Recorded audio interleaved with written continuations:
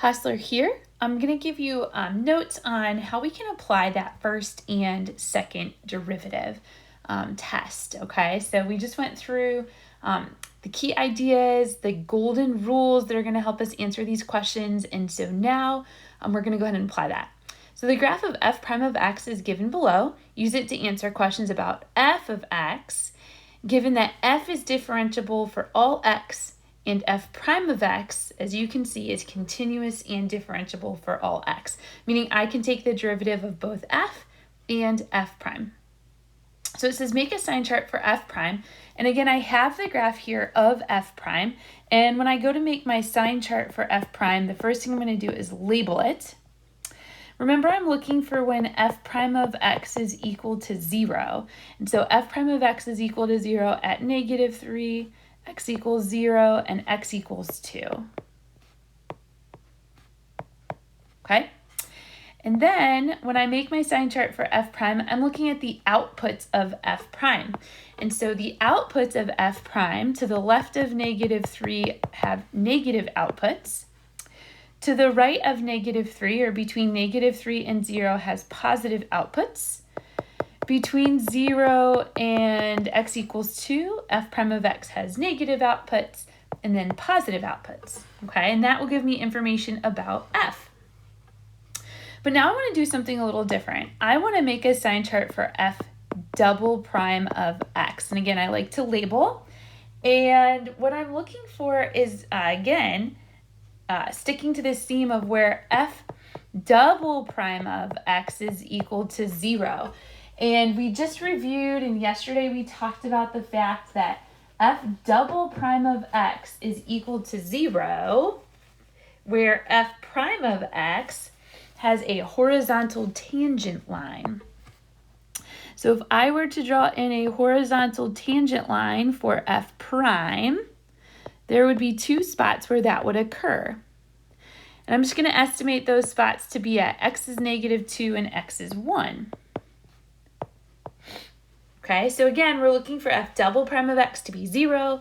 F double prime of x is the slope of the tangent line to f prime, or the derivative of f prime, and f double prime of x is equal to 0. In other words, f prime of x has a tangent line that is horizontal when x is -2 and 1. And so to fill out the sign chart for this second derivative, this f prime, again, I'm looking at f double prime. F double prime are the slopes of tangent lines to f prime, okay? And as I start on my journey along this section here, if I were to draw on tangent lines, I would have positive slopes for those tangent lines.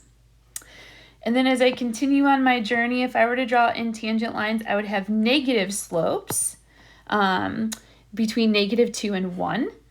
And then again, as I continue on my journey, if I were to draw tangent lines to f prime, those slopes would be positive slopes to the right of 1. And so that would be how I create my sign chart for f double prime. Okay, so again, I was looking where f double prime of x was 0, and then I was looking at the slopes of the tangent lines to f prime to help create the sign chart for f double prime.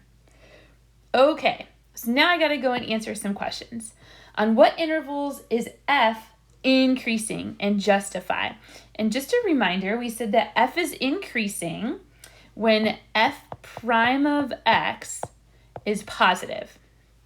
Okay, now I don't have the graph of f, but I do have f prime. And in fact, at this point, I no longer really pay attention to my graph because my sign charts are going to give me the information that I need, okay? And my answer should be in intervals of x. So this is just a review. The directions do say on what intervals, but given in intervals of x, okay? All right. So f prime of x is greater than 0, if I look at my sign chart, from -3 to 0 for x, and for all x values bigger than 2. And so I'm going to answer the question. It says to justify, I need to give an answer. I like to restate the prompt. F of x is increasing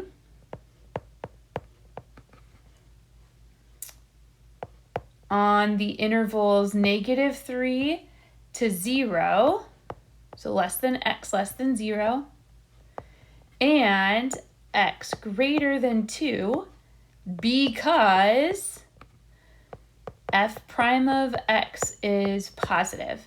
Okay, so I need the what, that's the increasing, the where, that's the intervals, and the y, because f prime of x is positive. Okay? Okay. It says list all of the values of x where a relative minimum of the graph of f of x occurs. Justify. Well, again, I don't have the graph of f. I have the graph of f prime, but I know a relative min for f occurs when f prime changes from negative to positive. So by me writing this little note to myself ahead of time, I'm really coming up with the justification. All right, so again, I'm not going to pay attention to my graph anymore. I feel like the sign chart's going to give me everything I need. I'm looking at when f prime changes from negative to positive, and that's going to occur at an x value of -3 and an x value of 2. So I have two answers here, okay? I'm going to state the what. So f of x has a relative minimum at x equals -3 and x equals 2 because, and I'm keeping it real simple here, people. Okay, it's because f prime of x changes from negative to positive.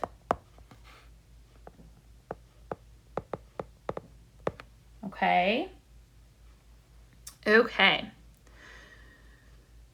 Let's see. E says list all of the values of f where a point of inflection for the graph of f occurs. Okay. So this was the new idea that we talked about. And when we talked about the point of inflection, we said the point of inflection is either where f prime has a min or max value, or where f double prime equals 0 and changes signs. So it's totally up to you which way you want to approach this. If I look at my graph, I can see that f prime of x has relative extrema at -2 and 1. If I look at my sign charts, I can see that f double prime of x is equal to 0 and changes signs at -2 and 1. And so I'm actually going to give both answers for you so that you can see both justifications, both proper justifications, okay? And I can say this. I can say f of x has a point of inflection. And please spell it out because College Board may not take POI as an answer. All right, at x equals -2 and x equals 1 because, okay, so I stated the what, it's a point of inflection, the where, x equals -2 and x equals 1, and now I'm about to state the why. And you can do one of two reasons. You can either say, because f double prime of x equals 0 and changes signs. If f double prime of x does not change signs, that means that your f graph went from, let's say, concave up to still concave up. There would be no point of inflection. So your second derivative has to change signs in order to be changing concavities to have that point of inflection, okay? Or you could say that f of x has a point of inflection at x equals -2 and x equals 1 because f prime of x changes from increasing to decreasing right? That is how you get that relative max for f prime, and decreasing to increasing, and that's how you get that relative min at f prime. Okay, so either of those two options would be valid conclusions. All right, it says, on what intervals is the graph of f of x concave down? Okay, well, for f of x to be concave down, we're looking for when our second derivative of f is negative. This is going to require me to take a look at the sign chart for f double prime. It looks to me like f double prime of x is negative on the x values from -2 to 1. You could also say that f of x is concave down when f prime of x is decreasing. And if I go back to my graph here, f prime of x is decreasing between -2 and 1.